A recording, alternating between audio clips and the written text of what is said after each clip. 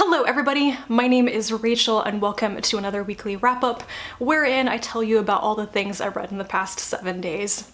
The first 4 things I'm not going to talk about here because I will be doing a Torathon wrap-up in a couple of days, and these are all novellas that I read for that. So they are Gluttony Bay and Taste of Wrath, which are the last 2 stories in Matt Wallace's Scene du Jour series, so I finally finished that. And then I also read Beneath the Sugar Sky by Seanan McGuire, the 3rd novella in the Wayward Children series, and Stone Mad by Elizabeth Bear, which is a sequel story to the novel Catherynne Memory. I enjoyed all of them to varying degrees, so those were very successful. I also read a handful of short stories from Tor.com, and with the exception of like 2 of them, they mostly fell flat for me. So that was a little bit disappointing, but there's a lot more short fiction out there for me to read, so you know. My philosophy is that you have to read a lot of short stories to get to the absolute gems. So now on to books that I will talk about in a little bit more detail. The first is How to Read Poetry Like a Professor by Thomas C. Foster. This is a new acquisition at my library that I stumbled across right when I was already looking for a resource on understanding poetry. And this did exactly what I was looking for.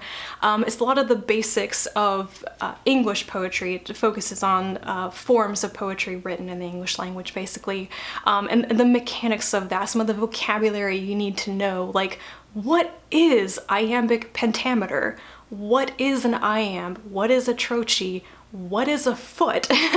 Those types of things, which is exactly what I wanted a refresher on.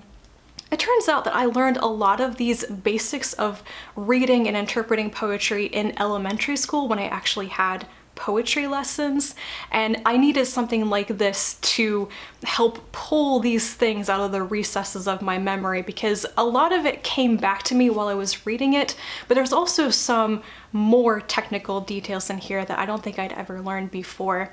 And I really think that I needed to know some of this stuff in order to really look at a piece of poetry and understand the form of it, what it's doing, or how it might be even breaking the rules for a particular effect.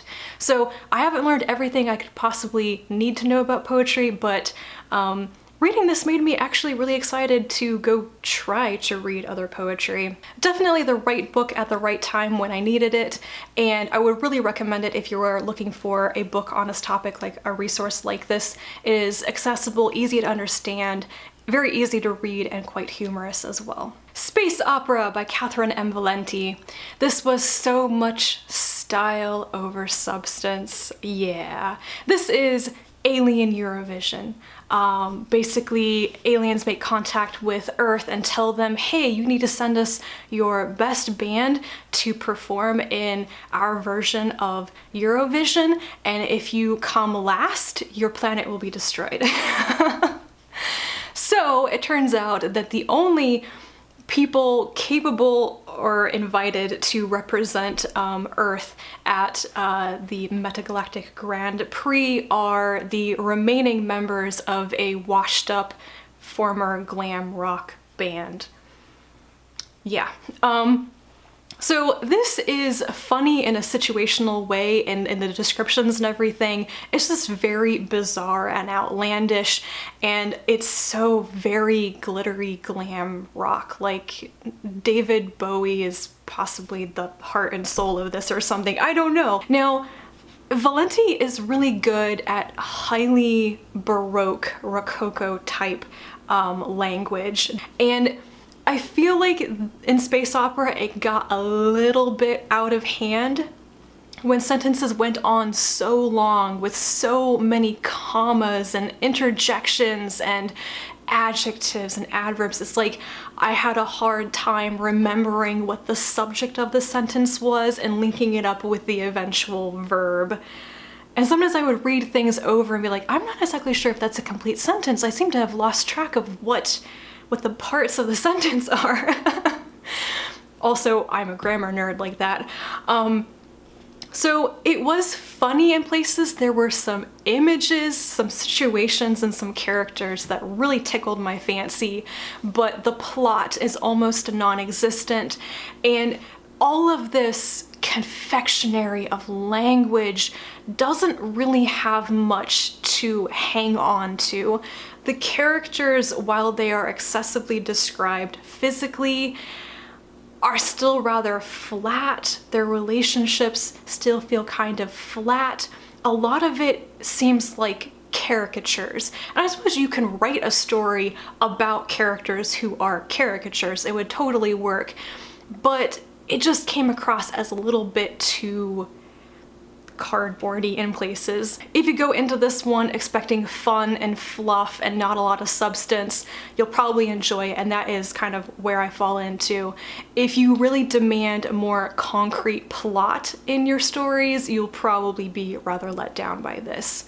And do I think it's hilariously funny? Not really. I think that something like The Hitchhiker's Guide to the Galaxy is actually a lot more funny than this was, but that also depends on your sense of humor. I am not good at judging whether things are really humorous or not, so maybe just scratch everything that I just said, because I'm really bad at getting jokes. Then I continued on with my read of the Moomin family books by Tove Jansson. I read Moominpappa's Memoirs and Moominsummer Madness.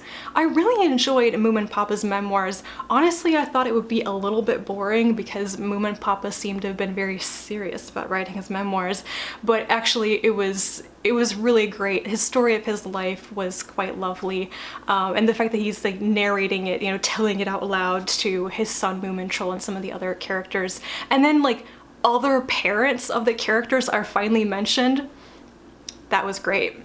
Moominsummer Madness is about a flood that comes into the valley, and the family has to move out of their flooded house, and they move into a floating cave, which is actually like a theater stage, only they don't know what a theater is. So they're wandering around like, why is there a trapdoor down into the water? What are these huge curtains for? A room full of costumes and wigs? Huh? And their interpretation of those things is really funny. For some reason, I wasn't as into the story meandering through this one. It was still sweet. I just wasn't as into it. I did really like Little Mai though. The Mimble and the Mimble's daughter, not so much, but Little Mai, probably because she's so tiny, she should be adorable, but actually she's kind of sharp and prickly in some ways. I really love that. Another fun read was Giant Days Volume 7. This is written by John Allison and illustrated by Max Sarin. So after 7 volumes of this, you probably know I really freaking love Giant Days. The stories, I love them. They're not really in depth, they're very episodic, but I like the situation, I like the university life, I like the characters, it's great. So this is a contemporary slice of life comic about a group of young women and their friends in university. At this point, they're like in their second year, their sophomore year, and just all the things that they get up to with their friends, with housing, with jobs, and all of this is great. In case you're wondering, I am totally Daisy. I have so many things in common with her, almost an uncomfortable number of them. But if she were a real person, she would be my best friend. We would be twinsies, basically, so I love it. And the last thing that I finished was Lun Dun by China Mieville, which is middle grade fantasy. This is about a girl named Zana and her best friend Deba, who end up going to an Ab city, which is Lun Dun. It's a version of London, kind of made up of a lot of the trash and debris and leftovers that, you know, make their way into Lun Dun. It's full of fantastic creatures, very cool. I love so much of the ideas of this, just weird stuff, but it really works in a middle grade novel like this. So Zana is the chosen one, called the Schwazi, who has been foretold to come to Lun Dun and save them. The big bad is smog. Literally smog, pollution, which is threatening to take over all of Lun Dun. Only thing is, Zana, the chosen one, kind of gives up and goes home, and Deba, the sidekick, comes back to actually do the quest. There's some upending of traditional quest and portal fantasy tropes, which I really enjoyed. Like the bit where Deeba's like, wait, what do you mean I have to go find all of these various items in this particular order? We know the last thing that we need is the thing that will save us, so let's just jump to the end and go get the gun, you know?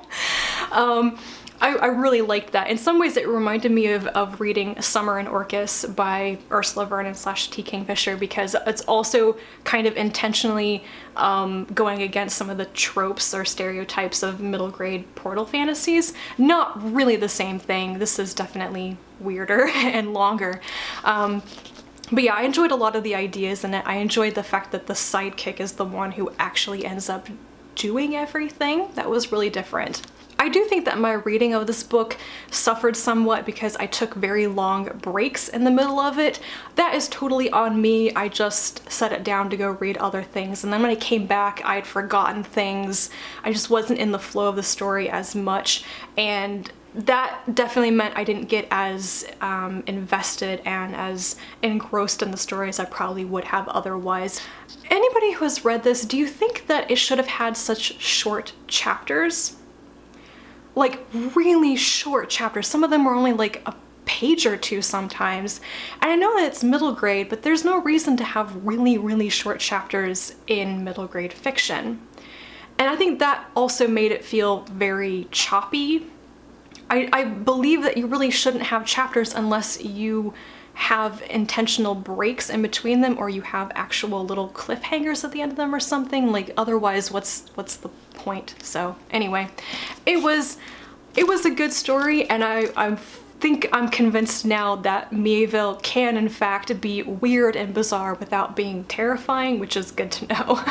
And those are all the things that I read this past week. Hopefully after editing this will make some sense, because I have had a difficult time tracking my own thoughts this morning. I cannot remember anything that I just said.